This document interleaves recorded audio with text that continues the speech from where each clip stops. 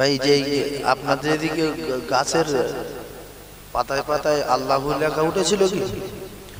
আল্লাহু মুহাম্মাদুর রাসূলুল্লাহ সাল্লাল্লাহু আলাইহি সাল্লাম। রাত্রেবেলা লাইট মেরে মেরে সব দেখছি, সব গাছের পাতায়, নারকেল গাছে, কলা গাছে, মানে বিভিন্ন জায়গা থেকে ফোন আসছে আর বলছে হুজুর ব্যাপারটা কি? তো ব্যাপার আর কি বলবো। আপনারা কি কোনোদিন শুনেছিলেন যে আদম আলাইহিস সালামকে তৈরি করার পরে জান্নাতে দিলেন, দেখছে যে সব গাছের গায়ে কলেমা লেখা, আল্লাহর নাম আর নবীর নাম লেখা ছিল না? হ্যাঁ, যেখানে দেখছে লা ইলাহা ইল্লাল্লাহু মুহাম্মাদুর রাসূলুল্লাহ, পৃথিবীর মানুষ যেখানে দেখছে গাছের গায়ে লা ইলাহা ইল্লাল্লাহ মুহাম্মাদুর রাসূলুল্লাহ। এ কথা মাথায় রাখবেন, তাম পৃথিবীর সব মানুষ যদি আল্লাহ আর মুহাম্মাদুর রাসূলুল্লাহ সাল্লাল্লাহু আলাইহি সাল্লামকে ভুলে যায়, আল্লাহর আর আল্লাহ রসুলের ক্ষতি হবে। হবে কি? গাছে জিকির করে না করে না? গাছে জিকির করে না করে না? জি, খিরিস গাছ, নারকেল গাছ, কলা গাছ, যত গাছ আছে সব গাছে জিকির করে না করে না গো? তাহলে আমরা যদি জিকির না করি, আল্লাহ সৃষ্টির জিকির করার মতো আল্লাহ সৃষ্টির অভাব আছে? যেমন আছে ইন্নাল্লাহা ওয়া মালাইকাতুহু ইউসাল্লুনা আলান নবী। আমাদের গুনাহ আছে, ফেরেশতাদের গুনাহ নাই। আমাদের গুনাহ আছে, ফেরেশতাদের গুনাহ নাই। আল্লাহ বলছে আমি আমার দোস্তের উপরে দরুদ পড়ি আর আমার নূরের ফেরেশতারা পড়ে। আমাদের মতো জাতির কলঙ্ক যদি না পড়ি, তাতে নবীর কিছু আসে যায় না, আল্লাহর কিছু আসে যায় না। কথা ঠিক না ভুল? আল্লাহর বেগনা নূরের ফেরেশতারা নবীর উপরে দরুদ পড়ার জন্য রেডি, বলুন সুবহানাল্লাহ। তো এই গাছের পাতায় নাম কি হবে গো? না তোমার মাথায় বাজ পড়বে, ও তুই হবে না, তোর সংসার ধ্বংস হবে।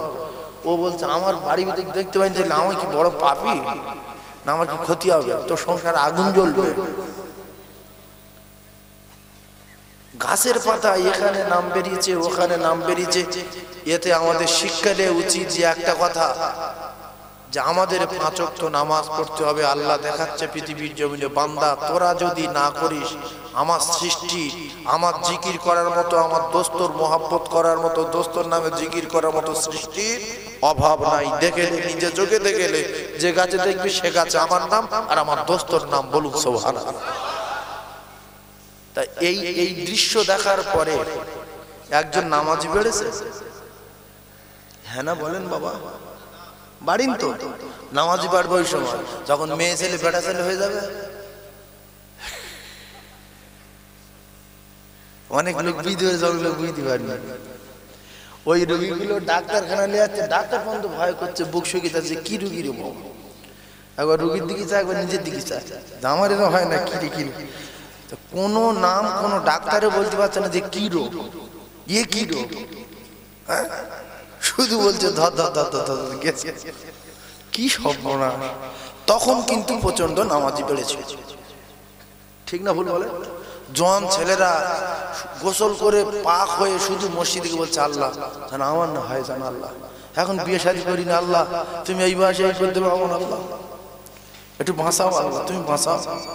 কিন্তু এই যে বিপদ, এই যে গাছের গায়ে যে লেখা, পৃথিবীর শুরু থেকে আর আজ পর্যন্ত কিয়ামতের আলামত, এই পর্যন্ত যত দিন যাচ্ছে তত গজব, আফাত, বিপদ, মুসিবত আমাদের দিকে আগিয়ে আসছে। বলেন এই প্রত্যেকটা গাছের গায়ে একজন বিয়াদব আমার কাছে বলছে হুজুর একটা প্রজাপতি দেখেন। প্রজাপতি কি হয়েছে?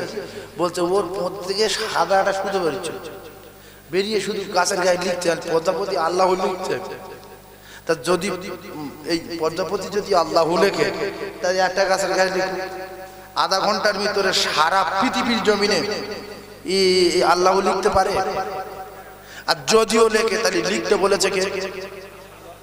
একটা পোকা যদি আল্লাহ লেখে, তাহলে ওই পোকায় লিখুক আর ফেরেশতা লিখুক, আল্লাহর হুকুমে হোক, সারা পৃথিবীর জমিনে প্রত্যেকটা পোকার আল্লাহ বলে দিয়েছে যে পৃথিবীর জমিনে আল্লাহ আর মুহাম্মদুর রাসূলুল্লাহ লিখে পৃথিবীবাসীকে দেখিয়ে দেয় লিখেছে কিনা। দুটো একটা বিয়াদব আছে, বিশ্বাস করে সারা পৃথিবীর লোক একসঙ্গে যদি লেখে অত গাছের পাতা লিখতে পারবে না। লিখতে পারবে?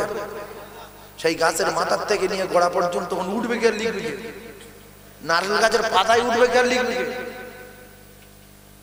আর আল্লাহ লিখতে গেলে 1 বছর মাদ্রাসায় পড়তে হয়, তবে আল্লাহ লেখা শেষ নাকি গো? হ্যাঁ না বলে?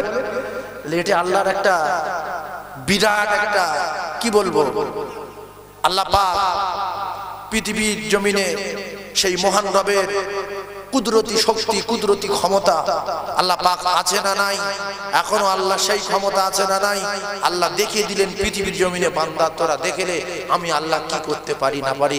সেজন্য একটা কথা আমি আপনাদেরকে বলছি, আল্লাহ যদি আমাদের মৃত্যু না দেয়, আল্লাহর রাস্তে হাত জড়ো করে বলছি আগামীকাল থেকে নামাজ পড়বে ইনশাআল্লাহ। সবাই পড়বেন তো? কে কে পড়বেন হাত তুলে দেখান। নারী তাকবীর। আল্লাহ আমাদের কবুল করেন, বলুন আমিন। আল্লাহ আমাদের কবুল করেন, বলুন আমিন। মা বোনদের ভিতরে এরা নামাজি বেড়েছে কি না আল্লাহই ভালো জানেন।